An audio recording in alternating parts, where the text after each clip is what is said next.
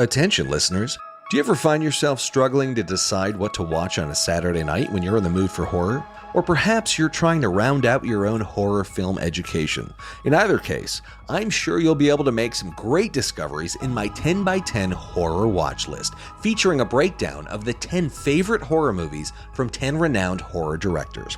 We did a deep dive of the favorite horror movies from directors including Guillermo del Toro, Ari Aster, Jordan Peele, Quentin Tarantino, James Gunn, Rob Zombie, Martin Scorsese, and many, many more.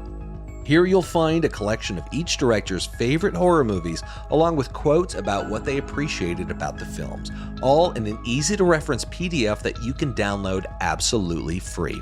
Featuring a mix of well-worn classics and deep cuts, hopefully you'll discover some overlooked gems and look at old classics through new lenses. Download the 10 by 10 horror watch list for free by visiting nicktaylor.com/horror guide. That's nicktaylor.com/horror guide.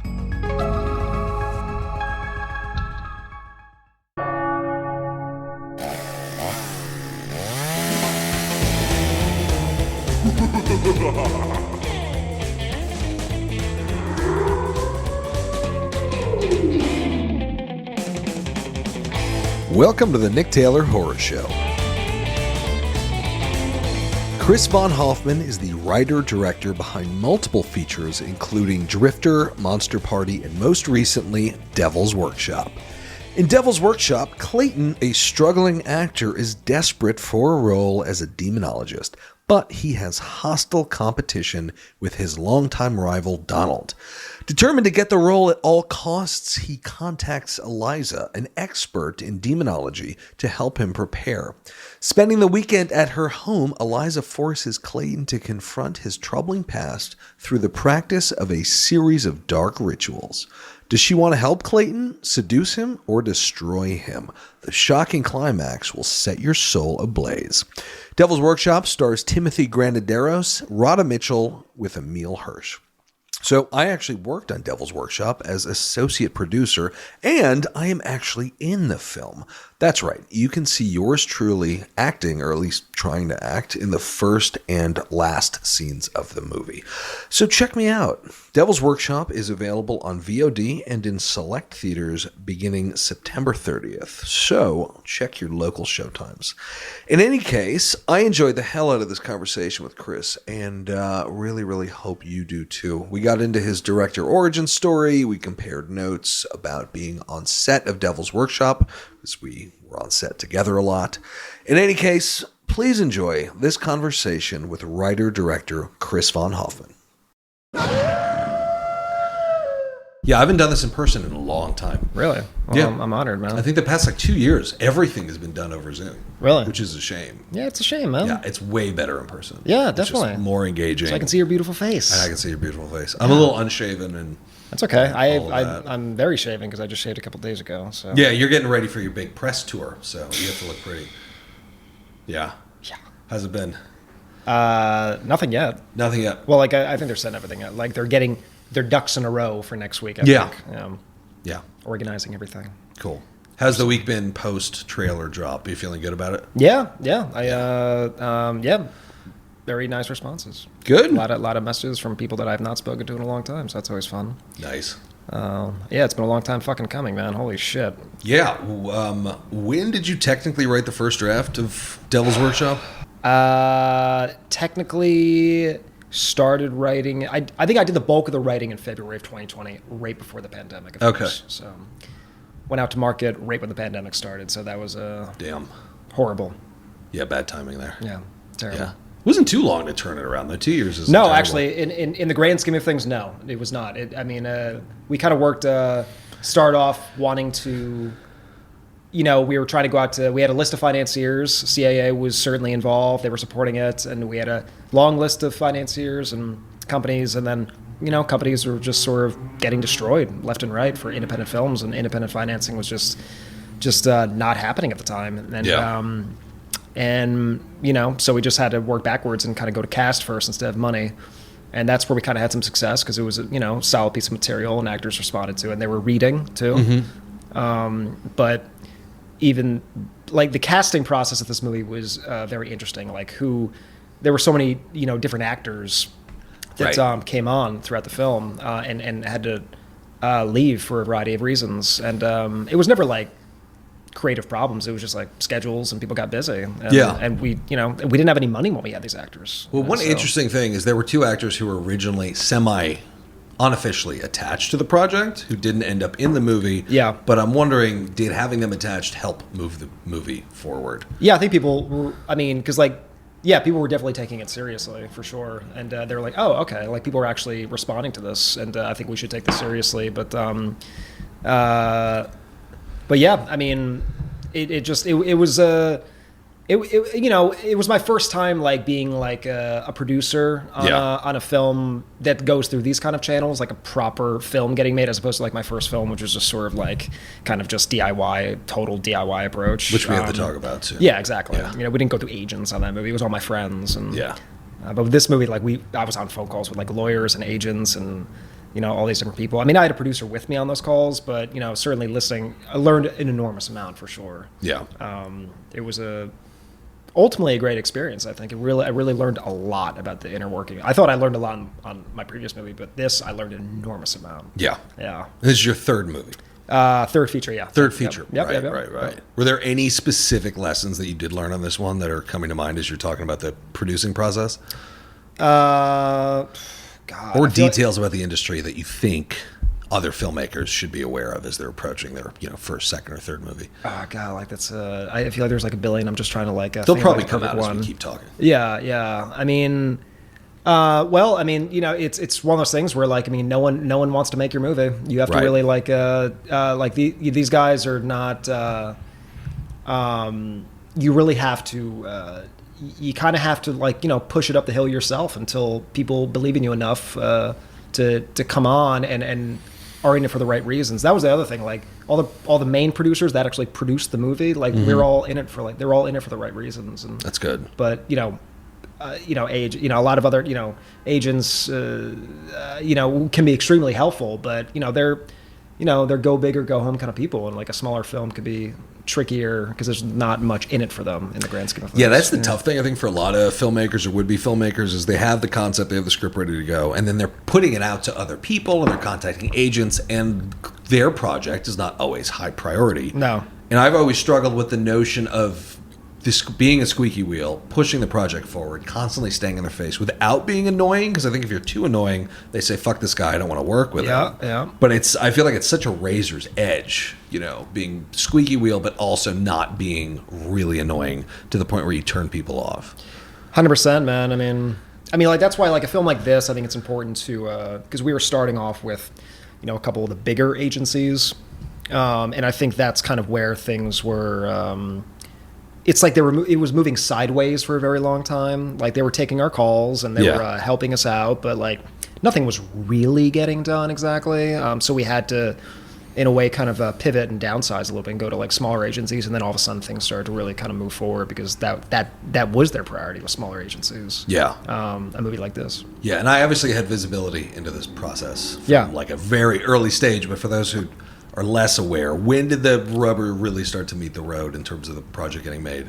Well, I met our dear friend Zachary. Zachary Weiner, who's been on the show. Listen to the Pledge episode. Yes, yeah. That's when I first heard his lovely voice was your podcast. Oh yeah, yeah. Because I've been he had made a film called Pledge, which we both know about, and I'm a big fan. And what I liked about this movie Pledge, by the way, if listeners have not seen it, it's a movie that came out in 2018, which was kind of in similar circles is this movie I made called Monster Party. They were kind of like in a weird way, sort of like spiritual brothers. And so I just what I really responded to that movie was like the first half had no horror in it, and I thought that was like the best stuff, you know, and like that's really surprising to find in independent horror films because I just thought the acting, the humor, the writing was really good, and the tone of it.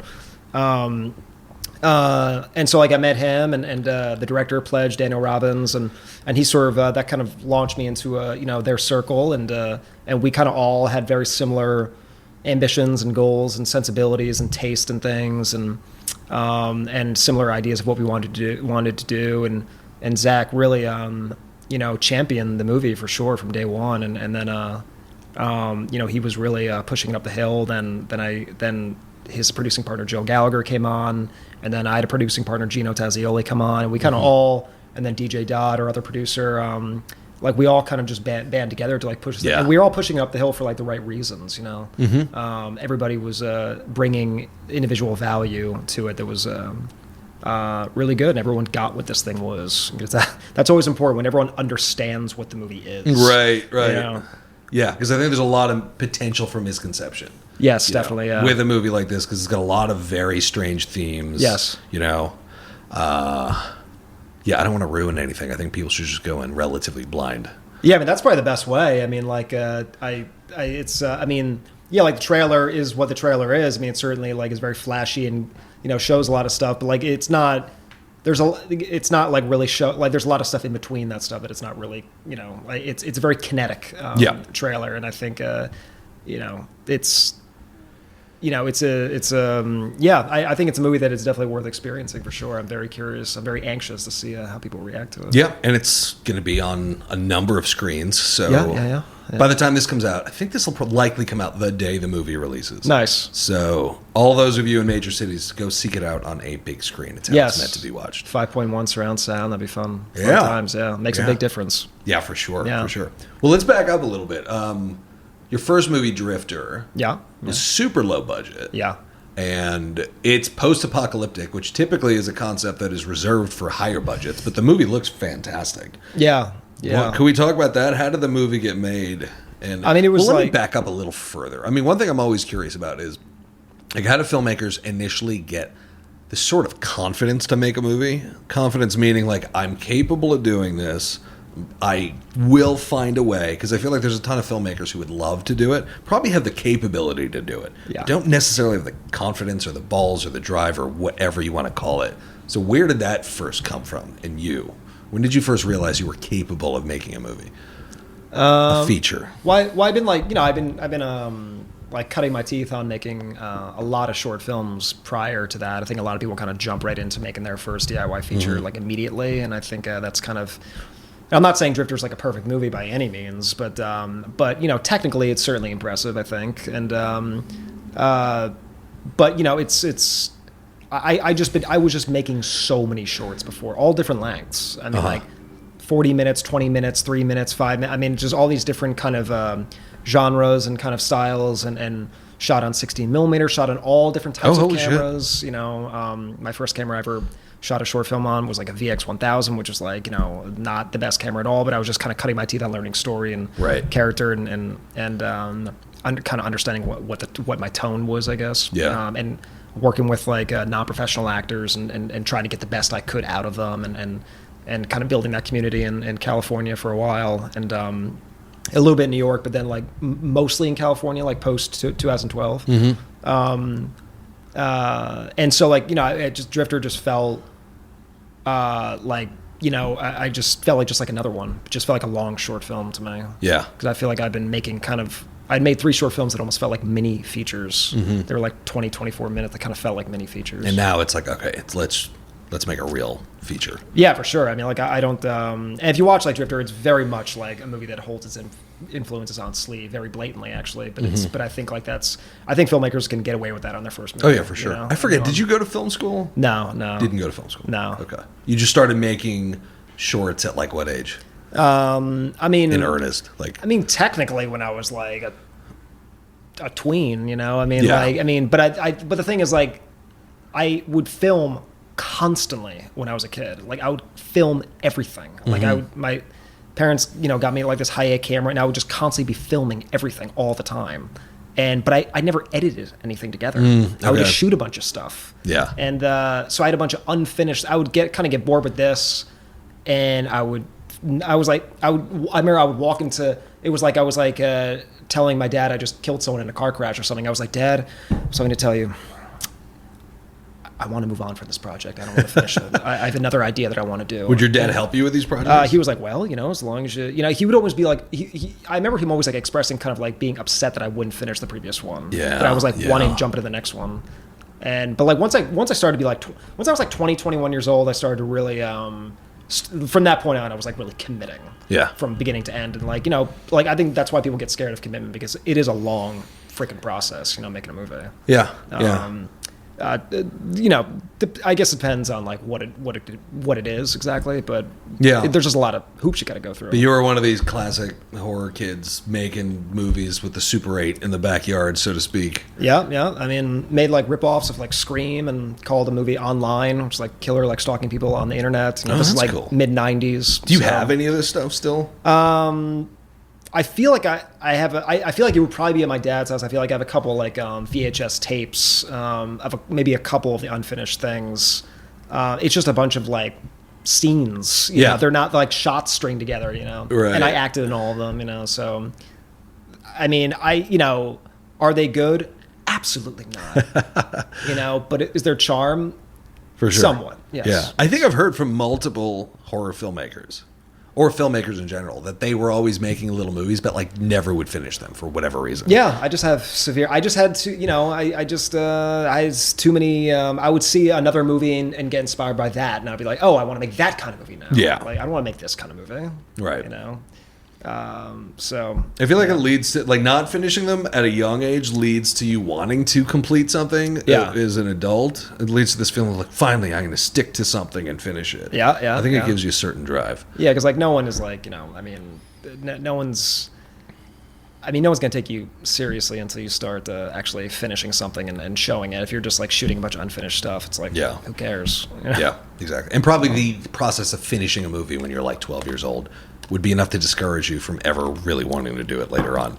Maybe. Yeah, for sure. I mean, I was not one of these like, I hear these stories about these like wonderkin, like 15-year-old kids that like, 16-year-old kid, like, I mean, I think it's a lot easier for kids today with like technology, but like I was, very far from one of those like wonderkins. Right. I mean, I wrote constantly though. I was constantly, again, not finishing anything, but writing constantly, writing since I was like 15. Mm-hmm. And so like writing unfinished scripts, directing unfinished stuff, but like ultimately that led to like me in my 20s finishing writing stuff, finishing directing stuff. And Yeah.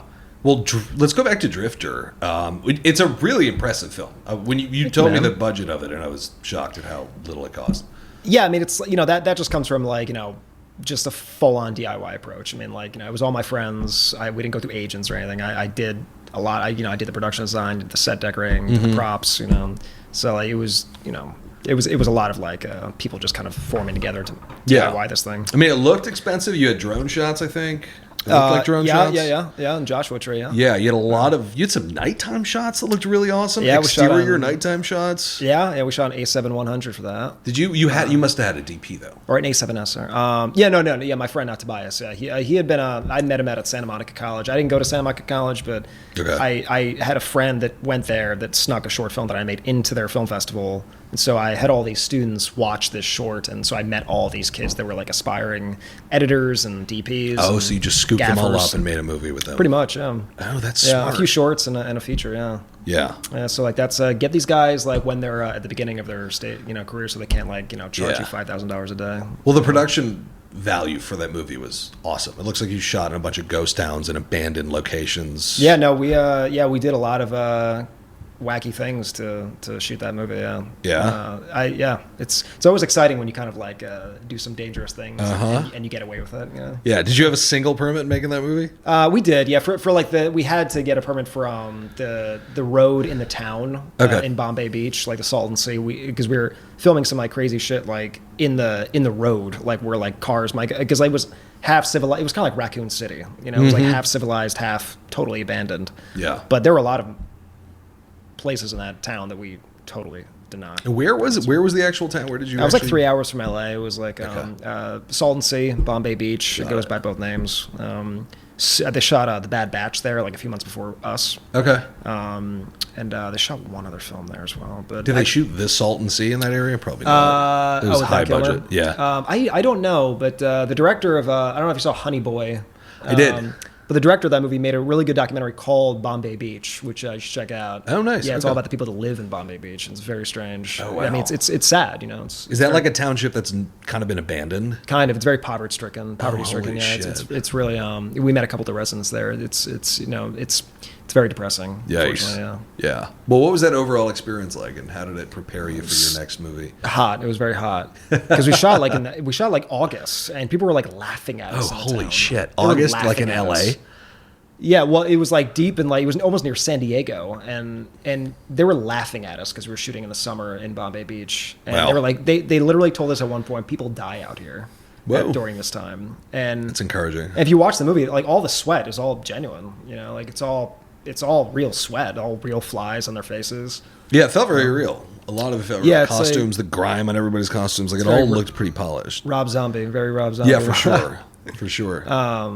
What was the What was the overall experience like making Drifter, and how did it prepare you to upgrade with your next movie in terms of budget, stars, and all of that? Well, I think I just wanted to make a really angry movie. Like I was in Yeah. a really, really angry place in my life. You know, I didn't. I was just really frustrated that I was not getting. I was making all these short films, and these were not easy short films. Like a lot of them were like I was putting a lot of work into these things as if I was making mini features, and they were not. I was building a community of people liking them, but like anyone in Hollywood, no one was. Nobody's paying attention. They weren't getting into festivals. They weren't really going anywhere for me, and like they were not taking me to. So I was like, all right, well, I'm just going to make the most angriest, loudest, most violent feature I could possibly make, and I just kind of.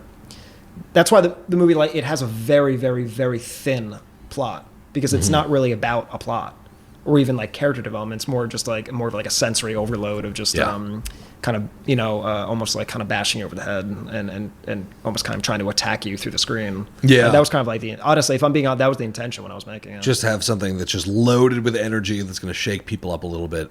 Yeah, and I mean. It was weird because when it came out, people didn't really know because the trailer was very very because we ended up cutting the trailer. I'm sorry. Don't stop punching my microphone. I know. I'm sorry. God damn it. Because we ended up cutting the trailer ourselves for AFM, and the distributor didn't cut the trailer. But God, Jesus I'm like so Christ, clumsy. Chris. I got like butter hands or something. And so like I mean, we cut our own trailer and showed it to AFM, and that certainly got buyers. But like when the movie came out, people like were expecting one thing, and they got like this very that movie it's a very weird movie, with its soundtrack and sound design, and it's not. I don't think a lot of people were expecting to be what it was, and but ultimately the people that needed to respond to it did respond to it. Yeah, so. I mean it's weird, but it's got a real signature on it. Like a lot of choices were made. I mean, it feels like a very unique vision, which I feel is what it should look for like. Sure, your first feature. Absolutely. No, I'm still proud of it for sure. I mean, yeah. But it's like I mean, you're not going to evolve unless you evolve. You gotta. Monster Party is kind of like almost like an unofficial remake of that movie because it's. Is that right? Well, it's a similar structure, similar bait and switch kind of approach, and just better in every way, I think. Yeah. Well, what was the process like getting Monster Party made after just coming off of Drifter? Was Drifter a good launching pad for you? Because Monster Party was a much bigger budget. You had some stars in that movie. Yeah. How did Monster Party come about? Well, it was kind of perfect timing because like Drifter. The domestic sales agent for Drifter introduced me to a producer, Eric Fleischman, and he was looking for like sub-$1 million films, like $500,000 films. It started off like a $250,000 kind of movie. And, wow. But I was developing this project Monster Party. I pitched him a bunch of ideas. I was developing this, and then he liked this idea Monster Party.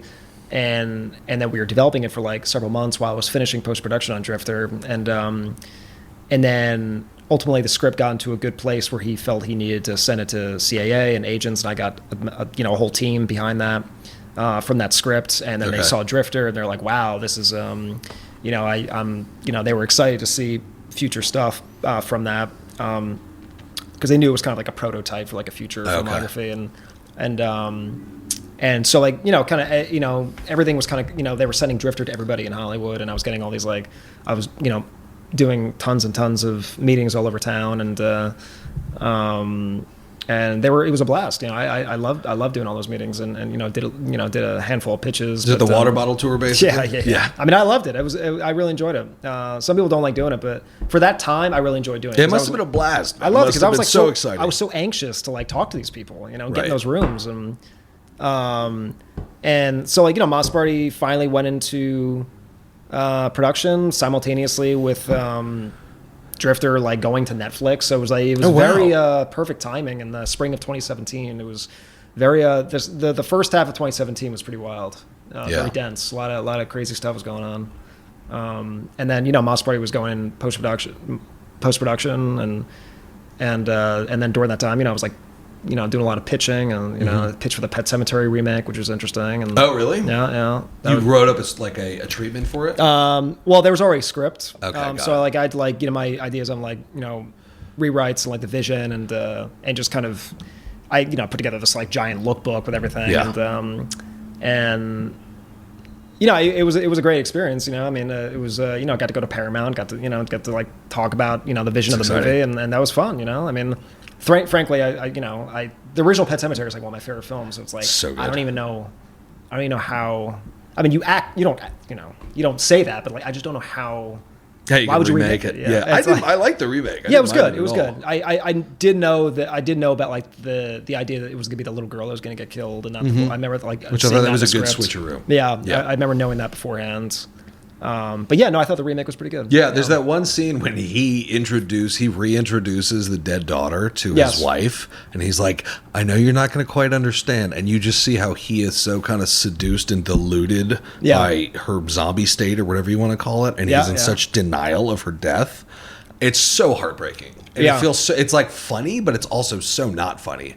And yeah, that moment is absolutely insane. I thought it was the best part of that movie. Yeah, for sure. Yeah, I mean, I think they're making another one with Pam Grier or something. Pam Grier? Yeah, it's like the most random. Oh, holy shit! It's like the new Evil Dead movie too. It's like, where are these weird sequel reboots coming out of?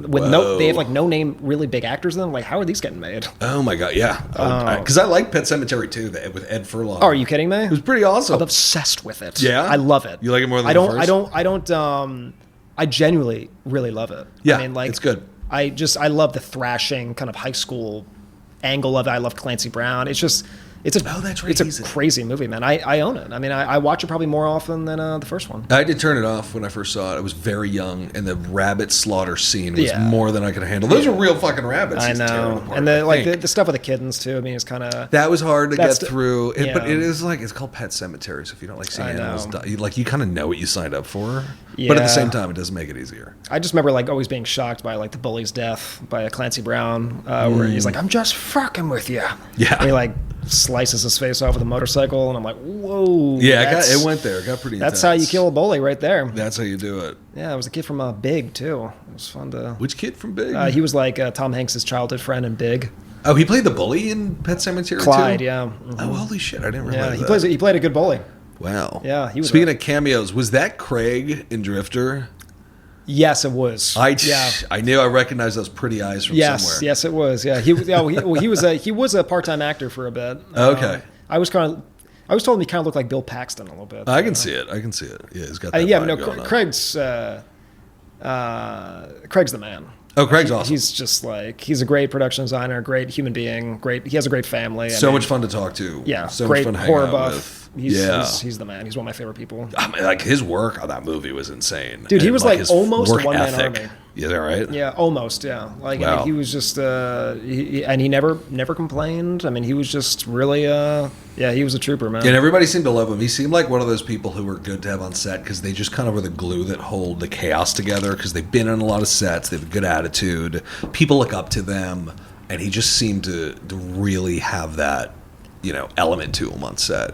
Yeah, for sure. He's just like when I talk to him on the phone, I talk to him for like an hour. I mean, he's just so easy to talk to. Yeah, he's just such a likable guy. Yeah, for sure.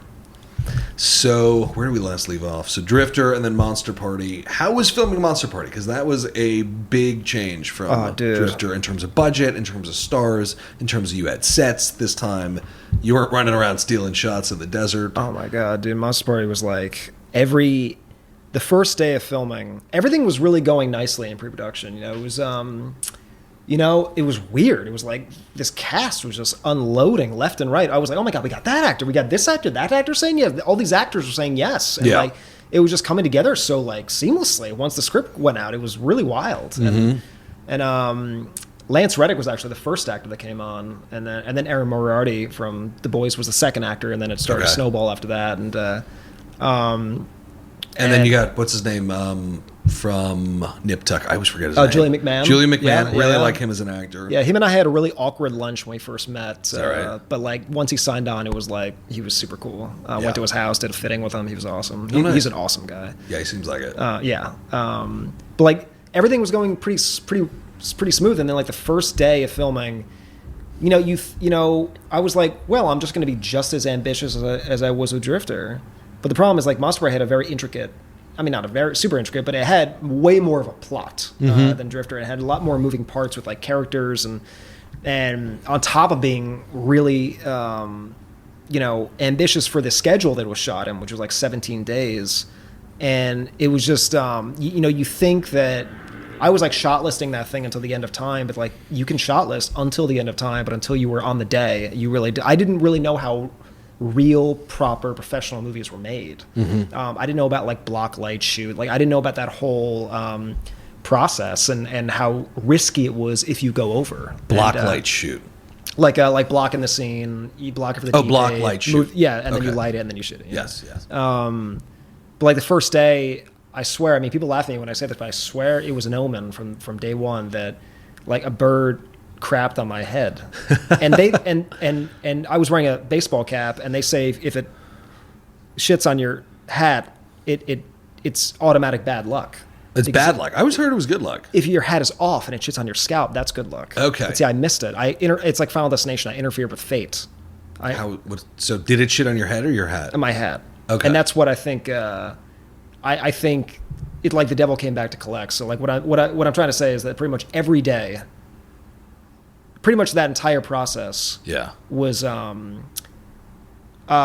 really insane. Just insanely difficult in every way. Like every day was just falling behind, just trying to figure out how to make this movie, because it was a very unusual staffing situation, and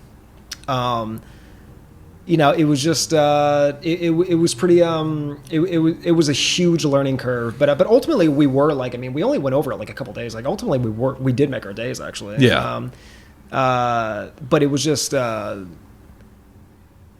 I don't know, man. It was a real huge learning curve because there was a lot of opinions. Okay. And it was like, I was making like, it felt like a small studio film, but it was like done on like an indie schedule. I always heard that everybody on set thinks they can make a better movie than you as the director. Well, it's like what John Carpenter says, like everybody knows better than you. Right. Maybe it was Carpenter I heard that from. Yeah. I mean, and like that's probably the hardest thing about, I think, directing a movie, because you have to be this sort of dictator and power of authority, and like trying to get wrangle everyone up to like get this job done and get this vision across, but at the same time you don't have any clout.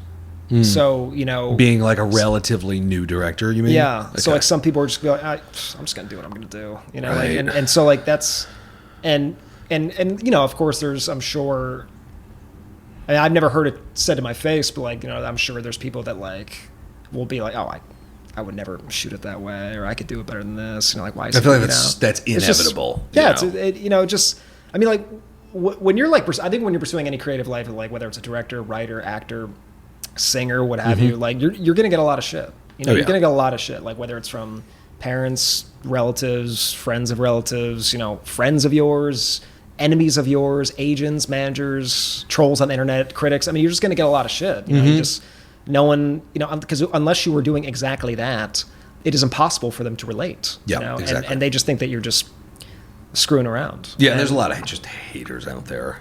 Yeah, and it's, but I think, it's, you just fuck them. Yeah, but no matter what you do, if you do anything remotely important, you're going to catch a lot of heat from somebody. Yeah, no, 100%. It's completely inevitable. I mean, like, misery loves company.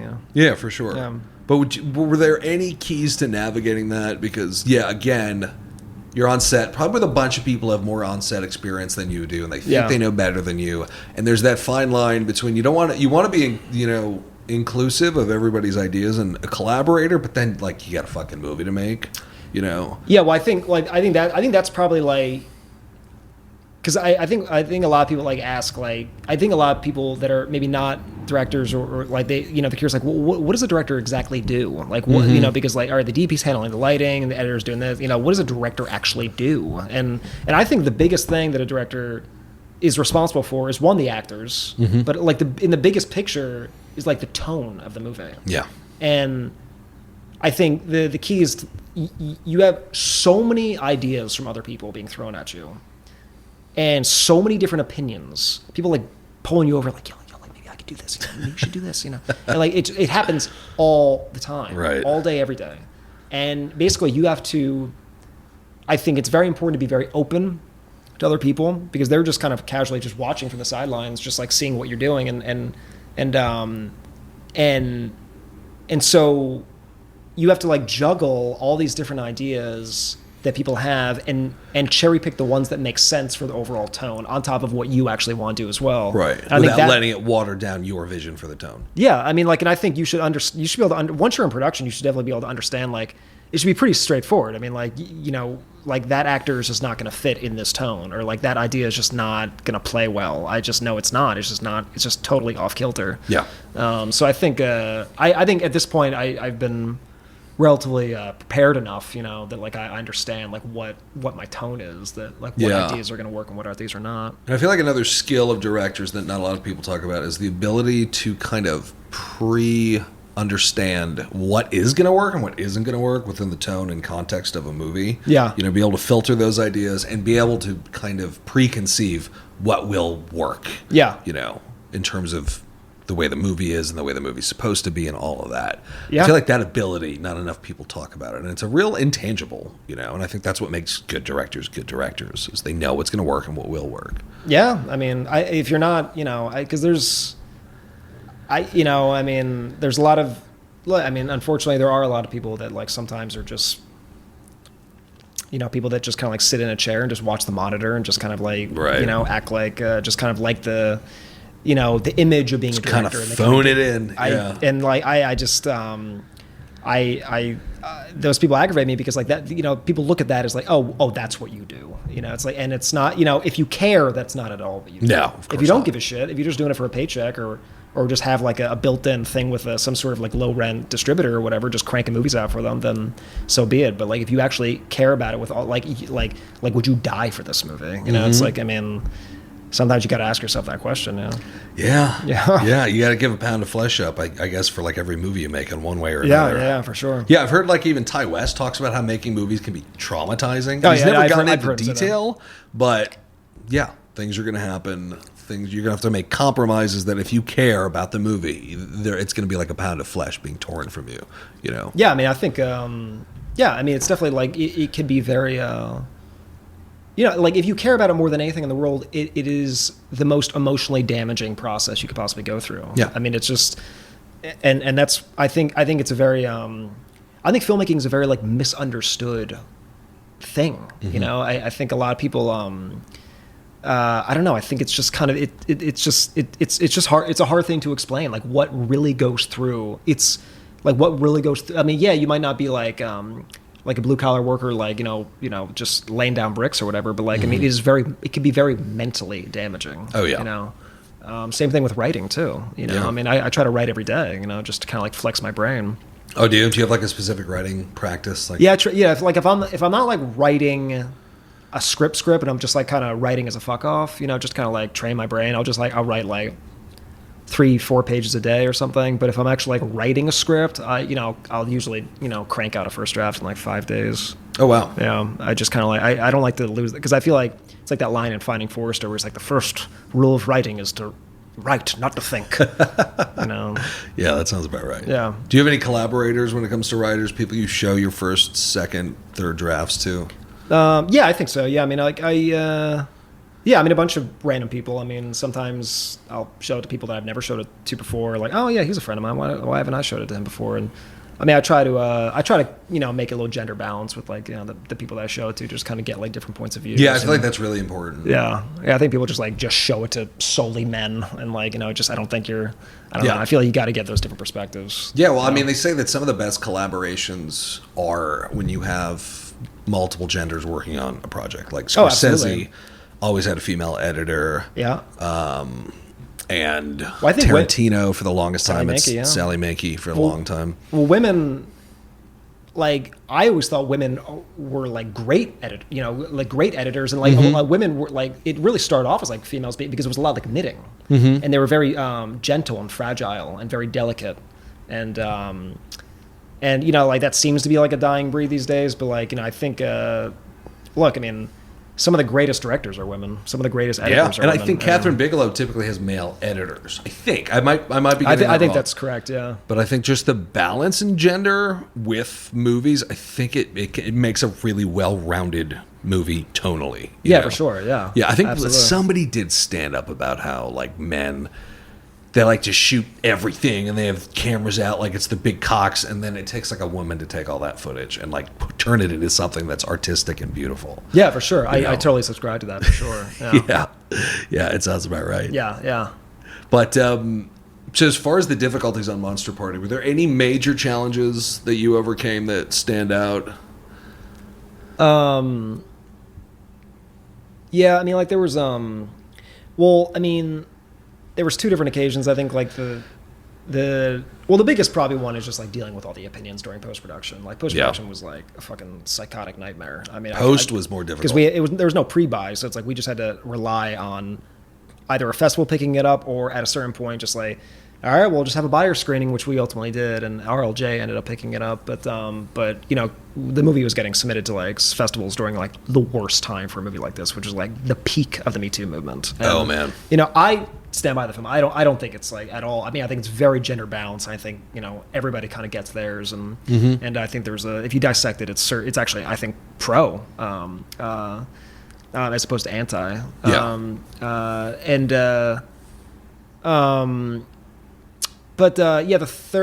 third day. I mean, we had to go through 3 first ADs in 1 week. Oh, holy shit! I mean, like the first AD that came on was came from reality TV, and him and I thought he was fine during pre-production, but like once like filming started, he was kind of like spinning his hand, like wrap it up, you know, and like let's go, wrap it up, and and I was like just about to lose my mind with that, you know, like it just like, what are we doing? Like, what, you're just like rushing everything, and you're not being a cool guy about it either. Yikes. You know? And Can't have that. Yeah, he was being very vulgar, and so I mean, the first 3 days were like the hardest stuff. You know? Don't work with reality TV. No, because they just want to like, they don't care about narrative or anything like that. No. The quality of course not. You know? Right. But like the first 3 days were just insane. You know, Yikes. I mean, it was just like they just packed the hardest stuff in the first 3 days. Crew didn't even know each other's names yet. Yikes. You know, but you know, it just. But it was sort of a general consensus that this AD was maybe not the best, and he had to go. He was being profane as well around actors, and can't have that. No. So like a producer ended up taking over, and he did a totally fine job for like the last couple days of the week, and then finally we got like an official AD. But you know, we were just playing catch up with the schedule because this AD was not with us in pre-production. He was a great AD, perfect AD. Yeah. But he was not in it for pre-production, which is extremely important for an AD. So like that, just the way it was like, God, like every day felt like it was just, you know, it's like in the grand scheme of things, look, it's still like a small independent film, but like on a 17-day schedule, I mean, there's still a lot of stuff in that movie. I mean, the whole second half is like nonstop bloodshed and like crazy prosthetic, you know. And then there was like, you know, one performer that shall remain nameless that was a little difficult. Okay. He was only there for like half a day. Okay. Yeah. Yeah, there's always one of those. Yeah. But I mean, he was awesome. I mean, in the grand scheme of it, I mean, he was like, I liked his performance, and he was, I really appreciated his commitment. But it was very like a method approach, which, you know. Yeah. So I don't know. Everybody thinks that Daniel Day fucking Lewis. Yes. Yeah, that is true. Very true. Yeah. So yeah, I mean, like those things, I guess during filming. Yeah. And do you feel like those two films obviously more than prepared you for Devil's Workshop? How was this shoot in the scheme of things? Yeah, I mean, I was this was definitely like my favorite shoot. This is the first time I really truly embraced the experience. Wow. You know? I mean, going to Mississippi was awesome. Yep. We had this like lodging, it was like a summer camp with all of us, and I was there. Yeah, you were there, brother. Yep. it was just a really fun. Don't you think it was a fun time? It was it was like summer camp. Yeah, yeah. We all had our dorms. Yeah, we all could like hang out on the premises. We all stayed. It was What was it? It was a golf club. Or there was a country club. Yeah, there was a golf course. It was I'm like totally drawing. Hickory Hill something. Yep. Yeah. I miss it actually. I think about it a lot. Yeah, it was really fun. Like when everyone left, I got like really depressed.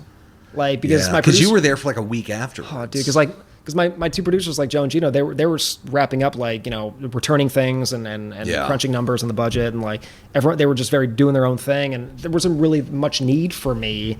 So I was just kind of I will never forget it. Like I was there for like 3 or 4 more days, maybe 4.5 days or so. After the whole crew left, and I got so depressed. Oh man, like, the movie's done, everyone's gone. I'm kind of in this limbo stage. It's postpartum depression. Oh, dude, basically. I got your so baby, depressed. And now it's because there were literally we couldn't even edit it because like the assistant editor was still kind of like making all the proxies. And I couldn't. There was literally I couldn't even like do rewrites on this script because I was kind of like on this other script because I was just like. My mind was just kind of I just want to jump into the edit and but I couldn't. I was just really I was really depressed those few days. It was a fun time. It was we would all party in the different little dorms. They're basically dorms. Well, they were rooms, but they were cabins. I thought those were really good cabins. They were great. I loved mine. I had mine to myself for the most part. That's awesome. Awesome. Yeah, which was great. Yeah. Yeah. I shared it with Charlie for a few days, which was fun. He was a great roommate. Oh, Charles. Yeah. But other than that, I remember the nights off. We would just pile into one of the cabins and party and hang out and it was endless like beer and pizza. It was so much fun. Yeah, no, it was definitely the best experience. I mean, just going to Mississippi alone and just seeing all these locals because, like, when you go to Mississippi, it's everyone like when you live in like L.A. or like New York City for a long time, or like just live in an area that's very production friendly or just a lot of productions happen and it's just known for that. People kind of like, oh, you're making a movie, that's cool, But like, when you go to Mississippi.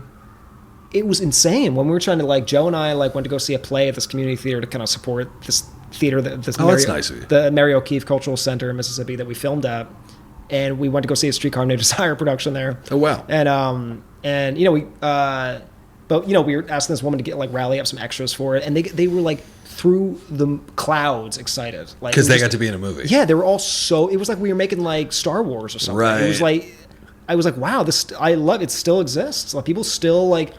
Love the magic of movies. I heard that that's something to shooting in small towns. The guys who shot The Wretched, I forgot where they shot. Somewhere in Rhode Island or which something. I still have not seen, by the way. They said that like everybody in the town was so excited about making a movie, and everybody was offering them stuff like, "Hey, if you need my house, I got a house. Hey, I got a boat. That's if you awesome. need a boat," and they used a boat, and it all increased their production value. Yeah, that's sweet. And they were able to get extras like, "Hey, my daughter's always wanted to be in a movie," and just like. There was so many freebies because everybody was so excited versus New York or Los Angeles or Atlanta. It's like, how much are you going to pay me? Yeah, exactly. Yeah. And then they would quit halfway through and all of that shit. But like small towns, man, people still get excited about. I love it, man. Making movies. It was really put a big smile on my face, honestly. Yeah, people were just jumping up and down. It was great. Yeah, we got to meet some colorful characters over in Mississippi for sure. Oh yeah, for sure. Yeah, it was a good time. I miss it. It was a lot of fun. I found it very hard because I was trying to go on like a veggie or / vegan diet while I was out there. And nicely done in the deep south. I know it was like. I got like a migraine when I looked at the menus. I was like, my brain felt like it was bleeding. I kind of remember you being like vegan or vegetarian. Did you stay vegetarian that whole time? Mostly. Like I'd say like probably 75%. Okay. 80% maybe. Like it was, but sometimes I was like, I don't, my head is killing me. I'm just like, give me a chicken salad or something. Yeah, man. As a director, you gotta. But I was trying to keep lean. Oh, got it. Got it. Yeah. Cool. Yeah. Well, now that the picture's wrapped, how does it feel? Great, like now is a great time because like it was. I gotta say, man, like Monster Party was kind of chaotic, but this was like a different kind of. This was a different kind of breed, There was a couple. There was just because being a co-producer on the film, I was privy to a lot of things that I was not privy to on Monster Party, and when you are, in the loop of these things, it just kind of, I'm a very neurotic person, so like anything that I'm in the loop for, I'm like, oh my God, this is happening, that's happening, or like we got to do that. I was kind of it was kind of like hand grenades being thrown at me like left and right. I mean, but Joe Gallagher, DJ, Gino, Zach, Wiener, like those guys crushed it, man. I like for a producing team on a film like this, like they were, I mean, like people don't even know some of the things these guys did, like went like Mississippi, like just like they just. I mean, they were terrific, man. Like they just, it was the best. It was one of the best, might be the best experience I've ever had making a movie. Wow. And just also in general experiences. Yeah. Yeah. Yeah. It was a great crew, but yeah, those guys as producers just totally nailed it. Yeah. I mean, believe me, like the crew. I mean, amazing. Like, I mean, Will Babcock, the cinematographer. Oh yeah, big shout out to Will. Those shots are fucking unbelievable. Will's the man, I mean, Sig Neutron, the special effects. Yeah, I was getting to Sig. Sig Monster Maker. Yeah, I mean. Yeah, when Radha walked out of the makeup trailer, I'm not blowing the movie by mentioning that there's creature makeup, right? It's kind of in the trailer. I mean, it's in the trailer. Yeah, I won't go into detail, but when she walked out of the trailer and the full makeup was on, I was like, okay, it looks pretty good. But then when she got under the lights and Will lit it, and then I saw her on the monitor under the lights, I was like, holy shit, this is unbelievable. That's why, like, because I watched the original, I watched like the original Wrong Turn recently. Oh, nice. And because I've seen the whole franchise. It's good. Well, the whole franchise is like, it's like the Hellraiser franchise, is like just continuously like plummeted. Just goes downhill. Yeah, the remake was pretty good. The reboot was pretty good. I liked that. Yeah, it took a little while for me to get into it, but I liked it. It was brutal. Yeah. Oh, God, ugly. But I still prefer the 2003 one with Eliza Dushku, just because it's just like a straightforward like West Virginia. I never slasher. saw that one. That's another remake. No, Wrong Turn. The original the first Wrong Turn. Oh, yeah. I forgot that there was 2003. Yeah. But like I watched that movie because I was like, what made that movie a theatrical release and the other one's totally straight to DVD? And I watched like because all the sequels, the creature like the inbred cannibals are all in broad daylight, and you see all like the cheap makeup and everything, and it's so obvious, like the makeup.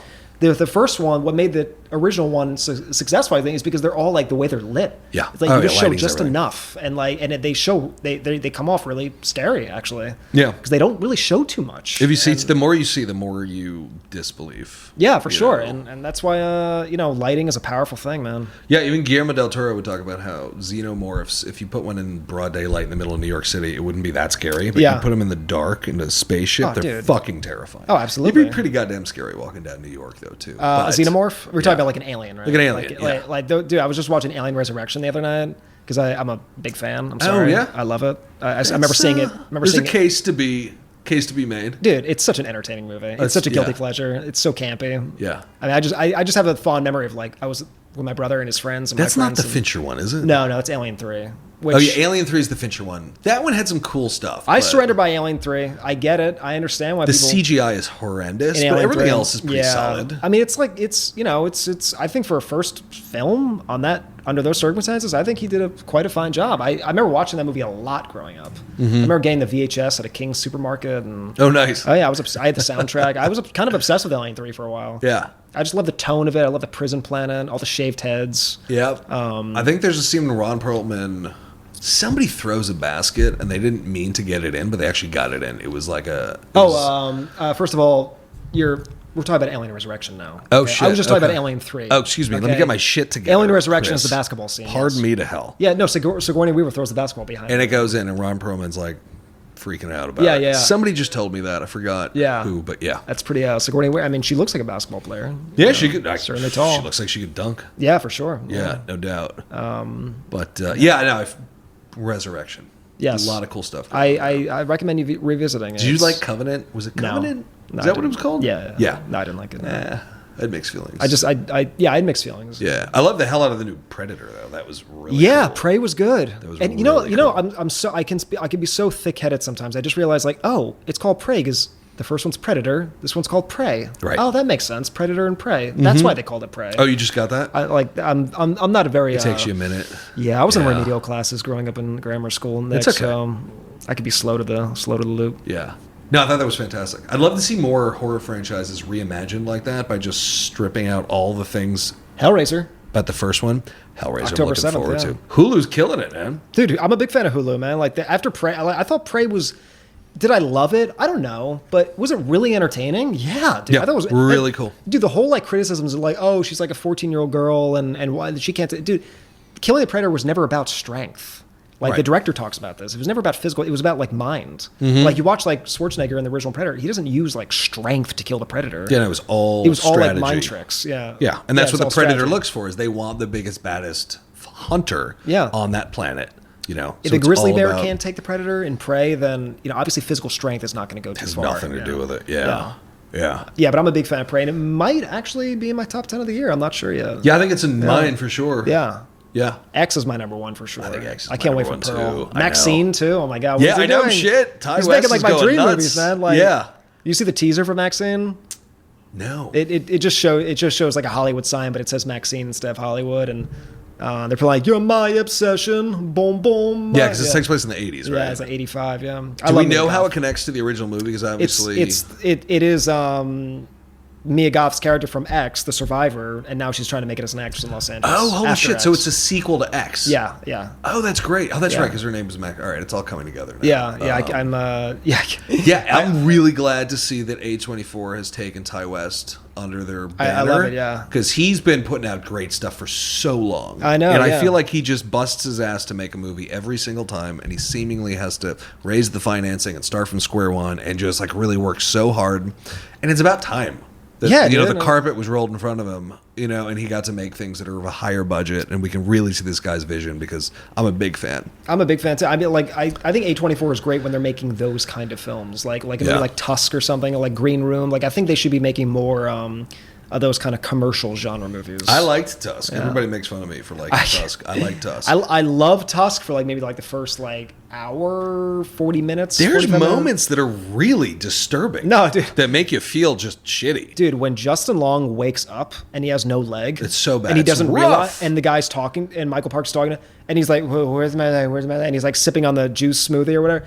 That scene between them is one of the funniest scenes. It's just so hysterically weird. It's so brutal, though. Yeah. No, it's great. It gave me like a sick feeling, which is tough for me to get. Yeah. I mean, I'm excited for Clerks 3. I'll watch it for sure. Yeah, there's no horror in it. No, there's, I don't know. Clerks 2, I don't know. Clerks 2, I liked over time. I thought nothing of it when I first saw it, but over time I actually really started to appreciate the donkey sequence they could have done without. But I didn't need that. I mean, it kind of dips. It kind of goes south. In I'd like to see Kevin Smith do more horror. Red State. He did do another Killjoy. He did a horror film recently that is getting like released in some weird platform. I was not aware of that. Yeah.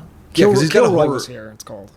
Oh, that was him? Yeah, that was him. Yeah. Oh, yeah. That totally slipped under my radar because he understands horror. Yeah. And he has a good sensibility, and he understands humor, obviously. Yeah, I wish he would do more horror. Horror comedies, yeah, he's good. Yeah, for sure. So, workshop's coming out on the 30th. Yeah, it's I mean, like it's been I mean, look, I mean, it was really no different than any other experience that I'm sure other directors. I mean, like it was it ultimately, it's like movies are just. It feels like it's chaos, and then it works out. Everybody's happy, and then you move on. It's like no different. I mean, I just do you know like David Bruckner? Yeah. Really good dude. I don't know if you ever like met him before, but he's I had like a 2-hour Zoom call with him during the pandemic. Oh wow. He was like in prep for Hellraiser and he, graciously took the time to like talk with me, and him and I it was weird. We had a lot of like parallels. You just hit him up like for advice. Yeah, pretty much. This is like before Hellraiser. That's awesome. It was like before even The Night House had come out. Okay. And yeah, we just talked for a while, and he said that I mean, aside from The Ritual, because I shot that in England and I was had a lot of support, but outside that, I don't think I've ever made a movie where things just went well. I mean, it was all chaos the entire time, but when it's finished and you move on, it's like you're asking me about the experience on Mossbury. It's in during the time it was feel like a nightmare, but I look back at it, it's okay, it was just another movie. Yeah, I feel like that's what directing is kind of embracing and going with the chaos and making the movie anyway. Yeah, I mean, it's I think Chuck Russell, directed The Blob. Oh yeah. He had a great the DP of Nightmare on Elm Street 3 had asked him about what the definition of a director was.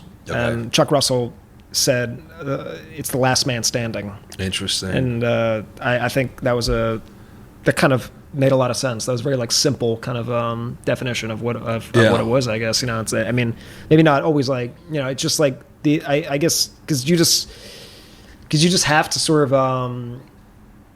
It's like you have to have this belief in something that's not quite tangible yet, and it's a long term. Because like when you're trying to push a script up the hill, and you're getting rejection after rejection, and anything could happen to make it just completely evaporate. Right. And if you just drop it tomorrow or something, no one's going to care about you. Yeah. People are just going to go on with their lives. So like that's probably like that's the toughest thing about I think trying to get movie. It's just believing in something that's not quite tangible yet. I mean, but having a script, having a finished script, having a good piece of material that's makeable, it goes a long way. Yeah. That's what I found. I found out that the hard way because I was writing so many scripts that were just like $10-20 million budgets and nothing happened with them. Yeah. We're trying to get them made as a director. Nothing ever happened with them. Yeah. Is there any sort of anything you have to when the kind of chips are down and things are going south on set, which is like most of the time, right? Or whatever chaos happens.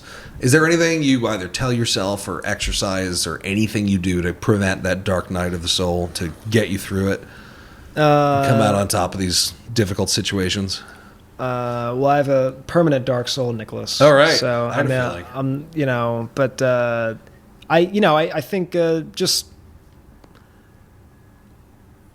I mean, I don't know. I don't really know how to articulate that. You just do it. You just keep going. I mean, because I just know that even if like no one, there's always like a few people involved. Sometimes there's a lot of people, but like, there's always going to be a few people that are still on your wavelength that know this is going to be something good. And but it's tough, dude. I mean, like you just have to like for one, you're technically kind of like hired to do a job, so you have to commit to it, Right. Like someone else is paying you to make this movie, so like you have to finish it, and if you don't, it's basically going to derail your career and permanently, or for a while. But outside that, I mean, you just have to like. I mean, you just have to see the big picture, because like you just have to like see. I mean, I just know that. I mean, I've been just doing it I've just gone through this process so many times now, So it's like, I don't know. I'm not articulating this well. You just have to like say fuck it and just do it. Yeah. No, I feel like it's a mindset, and I think that the kind of losing mindset is that everything should be prepared for me. The producers are going to handle everything. I'm just there to come up with ideas and artistically make my vision happen. When you're constantly dealing with chaos. I think Guillermo del Toro said that making a movie is eating a shit sandwich, but with every movie they just give you a little bit more bread. Yeah, that's very true. It's basically like, you're constantly sacrificing things. You're just bleeding all the time, and you just have to push through in spite of it all. And there are like instances of people just showing up and just directing something. I mean, it's called episodic TV now. Like I mean, just I mean, like what, like that. I mean, I could never do that. Like, I mean, even my mother asks, like, so you're going to be. So I mean, you have to be involved in like the sound and the music, and I'm like, it's like my name's on it. I better be involved. Like I have to. I don't see it any other way. I mean, like, no, you have to be involved in like every decision. It's called directing. You have to direct every choice. That's the job. I mean, I don't see any other way to do it. I mean, why would you not be involved? And, it's so hard to get movies made. When you're doing it, why wouldn't you just put everything of yourself into it? I mean, you should just, I don't know, just kind of go nuts with it and just really, you have to be so obsessed and possessed to like make movies so. One other thing I was always curious about is just the kind of notion of ego on set. Yeah. Just from being on the Devil's Workshop set, everybody seemed to be rowing for you. You seem to have a really, really good relationship pretty much with the entire crew. And I know that there were no crew was without, little tiffs and issues and whatever. Yeah. But you seem to have a really good handle or everybody was rowing for you. And I feel like when you're making a movie, particularly on a lower budget, an indie movie, and we were talking about this before, there's always some unrest on set. And you can't really you have to be in control, but you can't be a dictator because you're going to lose some of the people. But if you give them too much slack, you're also going to lose some people, and you're balancing so many different egos and so many different perspectives. And what is your approach to that? Do you specifically try never to lose it on set? Do you have a no yelling policy? Where's your kind of mind on the balance of kind of keeping the crew rowing in your direction without being too lenient? Well, I mean, this movie of Devil's Workshop was, I think, the first movie that I really kind of cracked the code of like the balance of I guess my temper. I've really just just like, okay, guys, all right, it's okay, like we're all right, and that was not necessarily on Monster Party. I definitely it was more like my DP and I he was always like very like calm, but I was actually quite, I mean, tyrannical actually On Monster Party. Yeah. More towards my cinematographer, which I actually literally just spoke to him on the phone last night. Yeah, so it's like him and I are cool. him and I are still like very but we just That's we just haven't worked since then with each other. I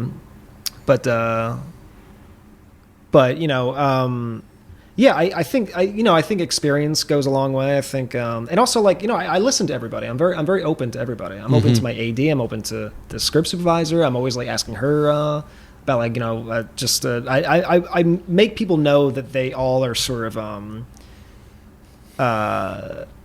have the chance to contribute something. Yep. And I think I treat it very much as like a collaborative art form, because I think it is. And it's just but if it like kind of interferes with the overall tone, then I'll be able to know pretty quickly. But I think I mean I remember everyone's name pretty quickly.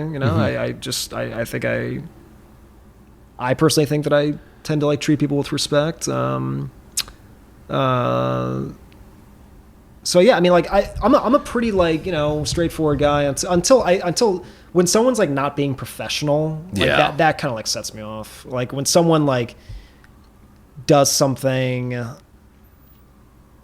that is just so unnecessary that just kind of killed 10 minutes out of our schedule. Like that kind of stuff. Like just like just unprofessionalism, or like just unnecessary things that are just wasting like that, like, because time is the most valuable asset you have when you're making a movie, and anything that like slows down the time for ridiculous reasons, that I'm not going to like scream, but like that could definitely make me like there's no need for that. Get a little aggressive. Gotcha. Yeah. Throughout the course of your career, were there any books or resources that were really helpful, either artistically, professionally, creatively, that kind of helped enable you to make movies? Yeah, I mean, like I read tons of. I mean, I don't really. I mean, yeah, I read tons of like biographies of like directors and actors and.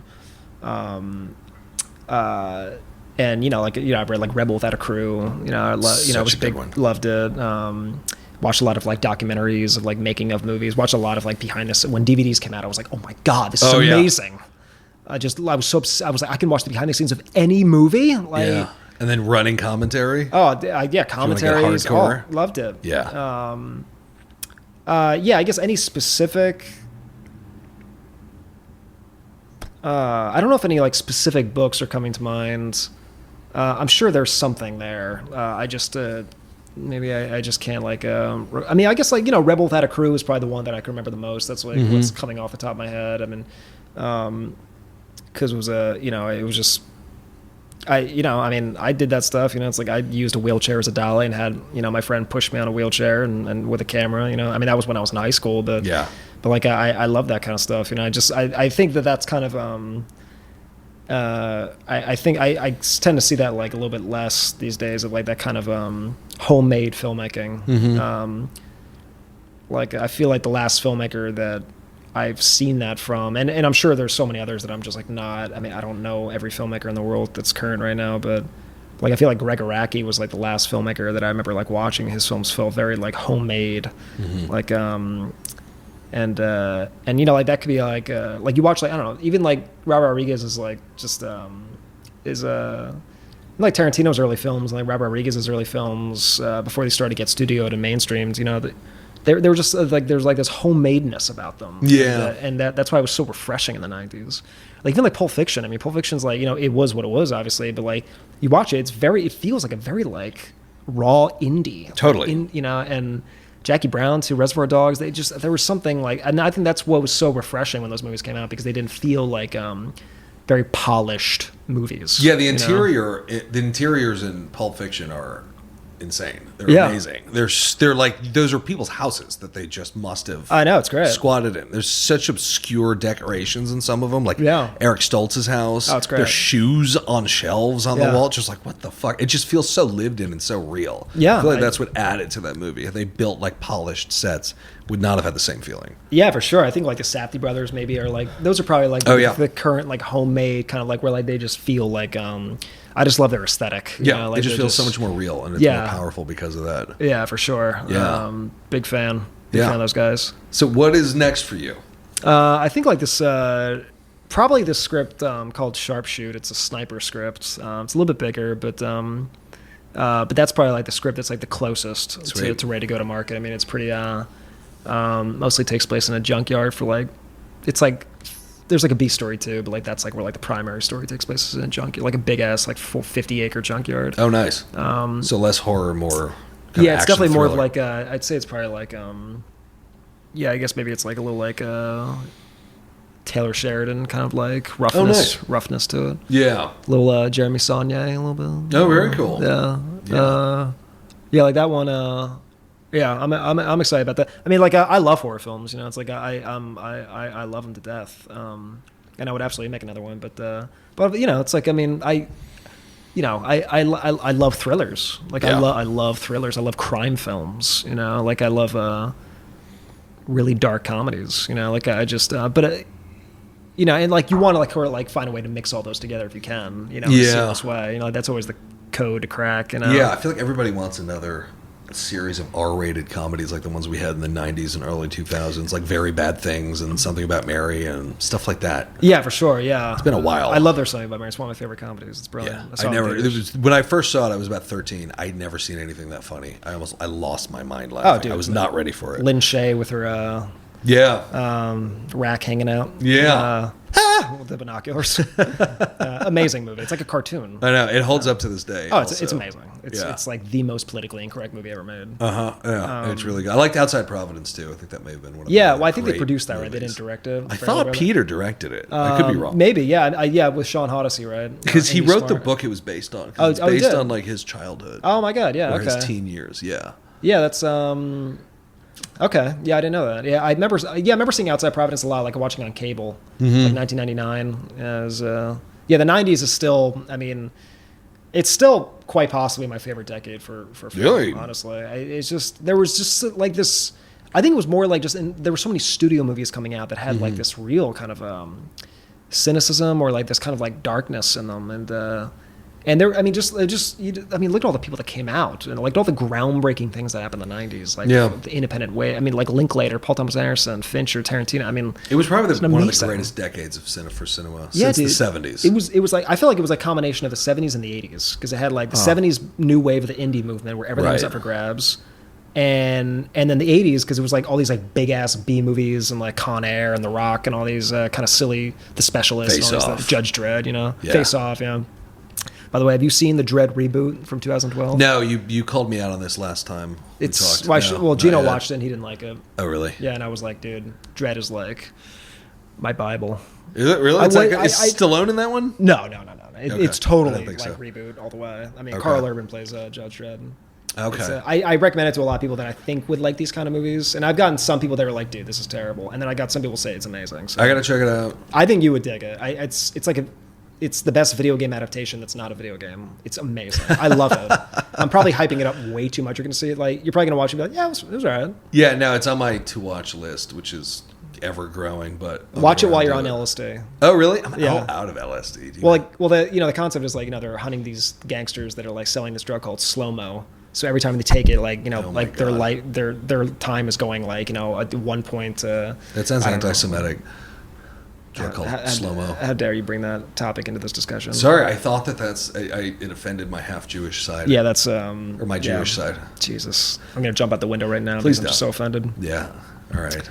I have some Manischewitz wine if you want to make it all okay. I'm okay. I'm not really a wine guy. No? I'm not a Okay. wino. No. No worries. Yeah. Is there anything we didn't touch on?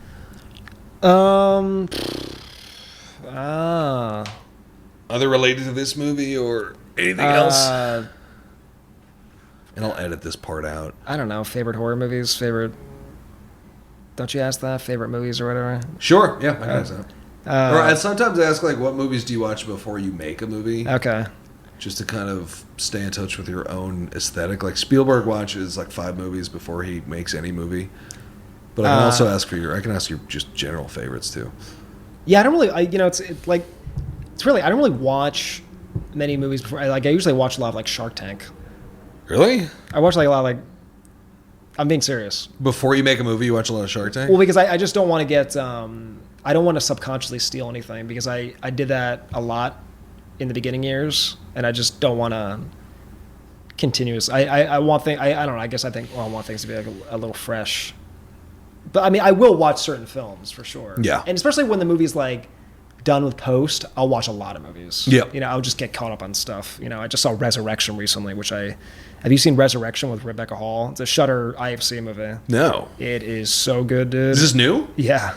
No, I didn't heard of that. Dude, it's in my top 10 easily. Maybe Of all even time or this year? No, the year. Like maybe like top 5. I don't know where. Like Rebecca Hall, Tim Roth. Oh, holy shit. It's a trip. All right, I gotta check that out. Rebecca Hall is just one of the greatest actresses of our generation. She's amazing. The Night House. Yeah. She's so good, dude. She's such a good actress. Yeah, I don't know how this slipped my mind. Yeah. I don't think I'd even know who she is. I saw The Night House, but I kind of, like, some of these movies, like The Night House had the same tone as, like, 3 other movies that came out near that time. Yeah. Like that and The Lodge felt very similar. I love The Lodge. Yeah. But, like, so many of these movies have the same tone.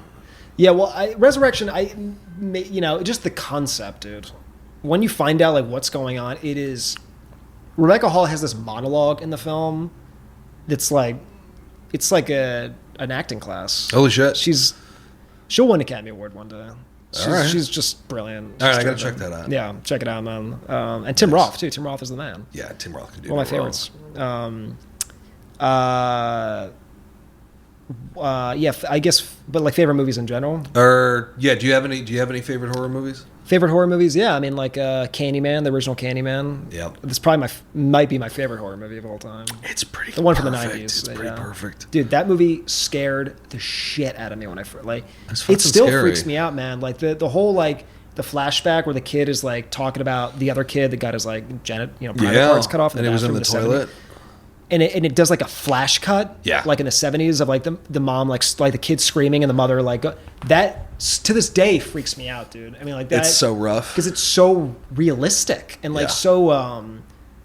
Oh my god, I'm just thinking about it. I'm getting like weirded out by it. It freaked me out. Like that to me is like true horror. Like that's like I enjoyed the reboot. Very well made. Yeah, I thought it was incredible. I thought it was really good. But come on, dude, like that it had not. Yeah, that original is just. Well, I don't think there's any way to top the original. No. But what I liked is it expanded on the mythology of the original, and it made it modern. And the social commentary was, they just nailed it. Yeah, I didn't think it was. That was it didn't incredible. Beat us over the head, which is nice. No, but the message was like, oh, holy shit! Like every 10 years, this happens, and it does. If you look at our history, unfortunately, very unfortunately, it was. And incredible. I love that they got Vanessa Williams back too, like the mother. Oh yeah. I thought the reboot was solid. I enjoyed it. Just the original was like one of my favorites. Yeah, originals. All the sequels are unwatchable. Oh my god. People like a friend of mine thinks like 2 is good. I don't know, man. 2 is really not. It's not good. It's not. 3 is like unwatchable, dude. Yeah, I tried watching it. It's really like bad. A porno actress playing the lead or something. She's like a softcore porn actress. Right? I had a conversation with Tony Todd on this podcast. And he said they were going to do Candyman versus Leprechaun, and he's like, "I'm out. I'm just not going to do this." I mean, the tones of both those franchises could not be more different. No. Just do Chucky and Leprechaun. What are we waiting for? Yeah, seriously. That makes way more sense. I mean, versus Ewoks. Because you interviewed like Steve Kaczynski, right? Didn't he do like the Leprechaun Returns? Yeah, he did Leprechaun Returns, which I enjoyed. Yeah, it was a nice little Halloween Legacy reboot, right? The Yeah, original. that was a lot Ollie of was in fun. it. That was a lot of fun. I remember watching Leprechaun 3 a lot. The Vegas That was the Vegas one? Yeah, that one was the one fun. I remember watching the most because all like name actors were in it. I mean, Jennifer Aniston's in the first one. But, I know, yeah. I was never a huge fan of that franchise, but I certainly watched They're the first fun. They have their 4. place. When it got Yeah. into Leprechaun in the Hood and Leprechaun in Space, it was like, Have you seen Leprechaun Back to the Hood? No. Should I? No, do not. Yeah, Candyman. You know, The Shining is probably my favorite film of all time. But I don't really find it scary. I'm just obsessed with it. Yeah. Like I've seen it way too many times. Did you see Room 273, the Rodney Asher I documentary? did. Yeah, I liked it. You know, just like the theories are just so outrageous. That It was almost kind of laughable at times, but I enjoyed it. It was entertaining. Yeah, a lot of cool stuff in there. But The Shining, I'm just like obsessed with it. Yeah, that's perfection. Do you like Dr. Sleep? Some of it. Yeah, I mean, I like probably half of it. I was like when it was like the more grounded stuff, I loved it. Yep, I like that too. When it got a little Inception-y, it kind of lost me. I mean, I like that it was a complete tone departure from the original because you could you not kinda have to do that, replicate anything close to what Kubrick did on that No, movie. and Mike Flanagan says that he was like, "I'm not Stanley Kubrick. I'm not trying to, Yeah. He made it, like that's just. It's like like Mick Garris doing like the Shining TV remake. Like, I mean, like I never saw that. Yeah, I never saw it either. But it's very much more faithful. But like being in those shoes, having to do that. That must have, I heard Stephen King preferred Mick Garris's. Well, it's a very personal story of Stephen King. It was much more accurate to his novel. Yeah, because he was having struggles with alcoholism, I think. Yeah, as he he wrote was. Yeah. Yeah, so I think he put a lot of personal stuff 70s, in it. 80s, he had a lot of Yeah, I stuff still in his haven't problem. read the book. I keep saying I'm going to read it, but I never do. The Shining, the original Pet Cemetery. Yeah, like, I'm just it's a talking great about one. horror films like kind of like that stay in my head. Mm-hmm. Blair Witch Project. I stand by it. It scared me twice. Yeah? Yeah, and I saw it a third time like a few years ago with a girlfriend at the time, but like the atmosphere was terrible. Like it was loud. It was like on some rooftop projector. It wasn't. But, like, No, you need like very serious attention to be paid. you got to see it by yourself, honestly. Oh, at yeah, night, that too. With the lights out at 2 a.m. because that's how I saw it the second time in like 2009. Yeah. And I was like, I don't remember little kids laughing in the background. I caught that the second time I watched it. I'm like, it's just that movie's just so layered. I love Blair Witch Project. I just It's think incredible. What was that, 15 grand and it made like Oh $100 God, like million? 400 million or something. Yeah.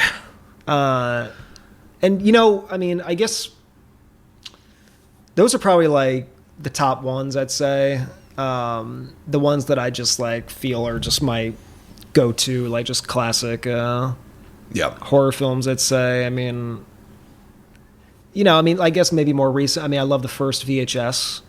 Yeah, I those love. were a lot of fun. Actually, my friend's going to see VHS 99 tonight at the Toronto Film Festival. Oh, nice. Yeah. I thought 94 was a return to form. I liked it. Yeah. That was good. Terrifier. I cannot wait. Do you get your tickets? No, well, I'm going to be out of town the first couple weeks of October. Oh, shit. I'm going to be in La La Land. Oh, yeah? For Yeah. Devil's Workshop? Yeah, but also like just They're gonna take have some screenings over meetings there. They're Yeah, gonna- no, it's it's gonna going be to be out. playing at yeah. Yeah, man. 2.5 hours of pure carnage. Yeah, I still don't know how I feel about that, but I'm looking forward to it. I've heard people say that it's very Lynchian and that it's just the direction is really interesting. God, it's so- a bit of a departure from the first one. I don't know how I feel about this. Amid all of the just vicious, gruesome gore. I keep hearing just people are blissful about how it over-delivers. I'm sure. There's no way it's not going to over deliver for sure. I mean, Yeah. that's like his baby. I mean, I've been following him since his short film in 2011. Oh yeah, before Terrifier came out. A friend of mine is in that short. He plays that's right. I think you told me that. Yeah, he plays a victim that gets shot in the head when he's like where he's like the guy that picks her up. Speaking of which, I'm so glad you brought this up. Okay, let me pull this up. Oh fuck, did I not? Yes, I did. So, did you know Art the Clown makes a cameo in Drifter as a doll? Oh my God, that's so funny! Look at that. That's so funny. Yeah, I forget where I was that up. That's before Terrifier even came out. This is at the 36-minute, 10-second point of Drifter, which you can see now on Tubi. Yes. There's a doll that looks exactly like Art the Clown. Yes, that's so funny. Actually, I did all that design myself, by the way. Oh, did you? I didn't design the clown, but I did all like the dirtying it up and like nice. making it look gross but like I think I got that on eBay. I forget where that's been so long, but it's funny. Yeah, clowns are scary. But like they're pretty scary. He's a genuinely scary clown, man. Holy That's shit. the scariest clown of them all. Dude, he scares the shit out of me, man. It's like, pretty. He's really hard to look at. mean-spirited. Yeah. Like, that's I thought the original Terrifier, I mean, it's a movie that I tend to watch by myself, actually. I don't know what that says about me, but it's not really a film that I like get with a bunch of buddies and like, I don't know, for some reason. I can see that being fun, seeing it with people who have already seen it, put that on in the background and like, oh, here's the that's this scene, that scene. Yeah. One other horror film that I'll mention that a lot of people seem to shit on a lot, which I never quite understand, is Unfriended. I like that. I saw it totally cold. I saw a pre-screening of it, and I loved it, man. I was like, I was so in it. Yeah. And I just thought I thought it delivered on the kills. I thought it was clever. I thought it was so well. I thought the acting was totally fine. I get that one confused with though. Is that the one with Harold from Harold and Kumar?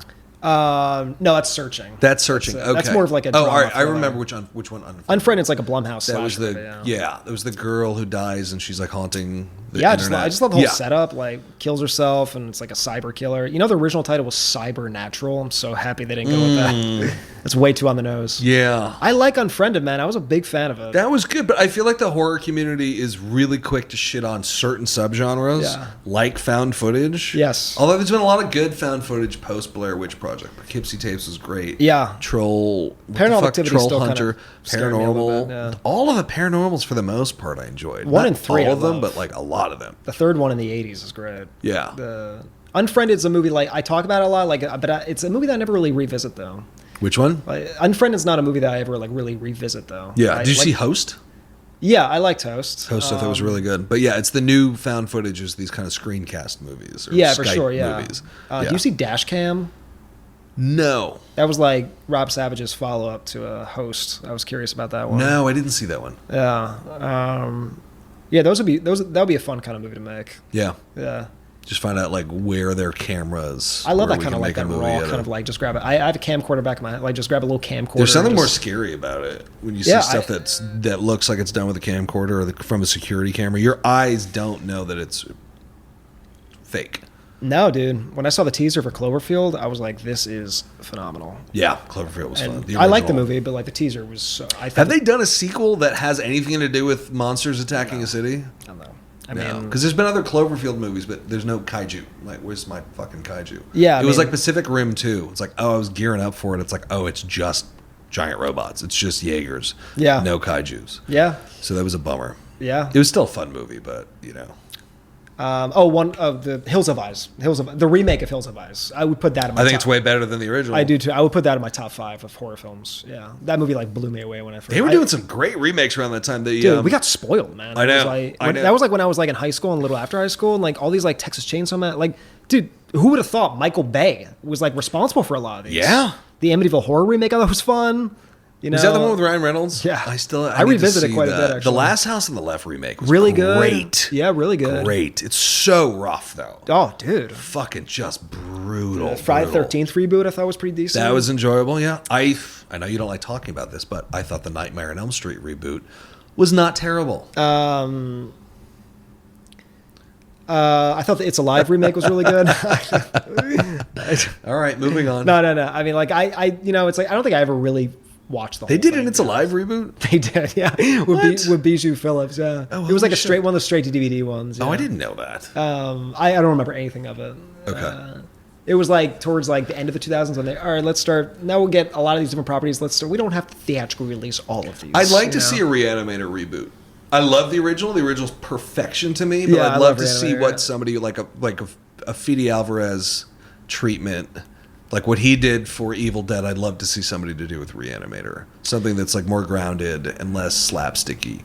Like what I think that franchise has so much more potential. I love Reanimator. The first one, I think it's perfect. The second one was enjoyable. I never saw the third one. Where he's in prison or something? Isn't Jeffrey Combs like in jail or something? Yeah, It was like early 2000s, right? That would be a cool reboot to see. Dude, I love Brian Yuzna, man. We went Jackson Stewart. No.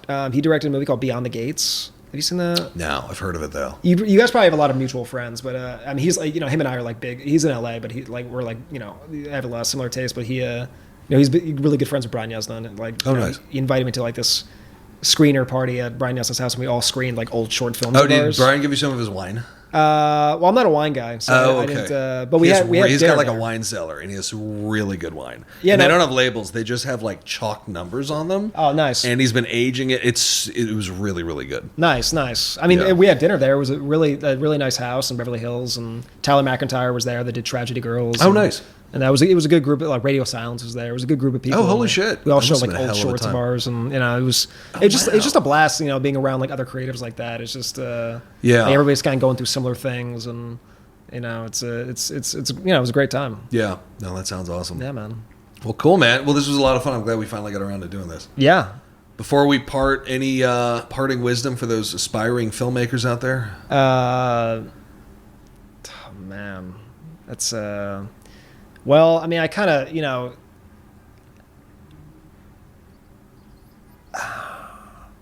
I'll say ideas mean nothing.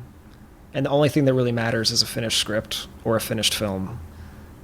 People talk about ideas all the time, constantly, of what they want to do.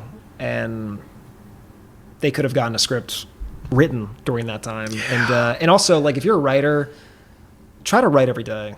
I mean, it's amazing what writing every day has done for me, at least. I'm just not as self-conscious as I was a few years ago of jumping into the blank page. Mm-hmm. I'm just, because now it's just a part of you. And if you're doing it every day, it's just like a routine, like brushing your teeth.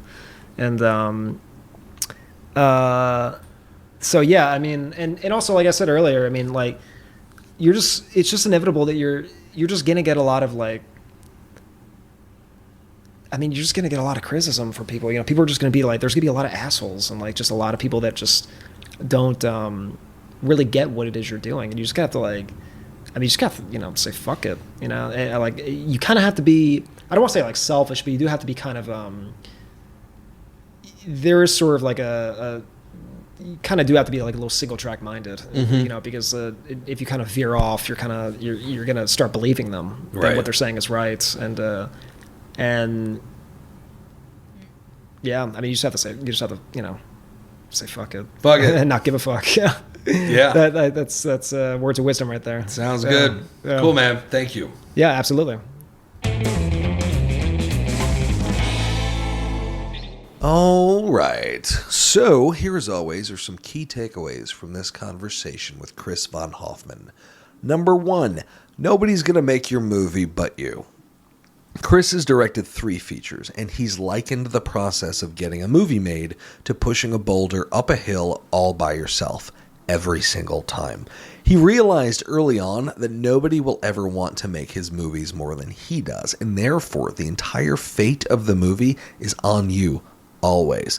It's your responsibility to push your movies forward, not your producer, you. Movies can evaporate so quickly. Things can fall through, people can forget to get back to you, funds suddenly become unavailable. It's endless. You need to assume extreme responsibility and ownership for the fate of your movie because nobody else will make it happen other than you, and many forces are against you. So assume ownership and assume responsibility. Number 2, have zero tolerance for unprofessionalism. When asked about remaining calm on set and managing his crew during difficult times, Chris mentioned that he's generally pretty patient but has no tolerance for blatant unprofessionalism, and I think this is a really good rule. As a director, there's a fine line between being a dictator and being a pushover. You want your crew to respect you, but if you bark orders at them and or yell a lot, they will lose respect for you. But too much leeway and turning a blind eye can also be problematic. This is a fine balance, and a key to it is to refuse any blatantly unprofessional behavior on set. What is unprofessional behavior on set? You'll know it when you experience it. Movie making is chaos. People are typically, hopefully, trying to do their best work possible. So be as patient as you can, but refuse to tolerate unprofessionalism. Number 3, you are going to catch heat no matter what. As I mentioned in the interview, Guillermo del Toro once likened film directing to eating a shit sandwich, but mentioned with each movie you get a little bit more bread. No matter what, movie making is a game of taking a lot of shit and a lot of heat from a lot of people. Arguably, films entail more decisions than just about any conceivable type of project. And people have no shortage of opinions, both creatively and professionally. And people also have no shortage of judgment, particularly of you. Between your investors, producers, cast, crew, no matter how good a job you think you're doing, you're going to catch heat for something and be under a lot of constant scrutiny throughout the course of making your films. It's a game of having an iron spine, so get used to being in the hot seat and being comfortable being uncomfortable. But remember, it gets a little bit better with each movie you make. Anyway, guys, thank you as always for listening, and don't forget to check out Devil's Workshop, available from Lionsgate on VOD and in select theaters starting tomorrow, September 30th. Till next time, don't forget to subscribe, and thanks again for listening to the Nick Taylor Horror Show.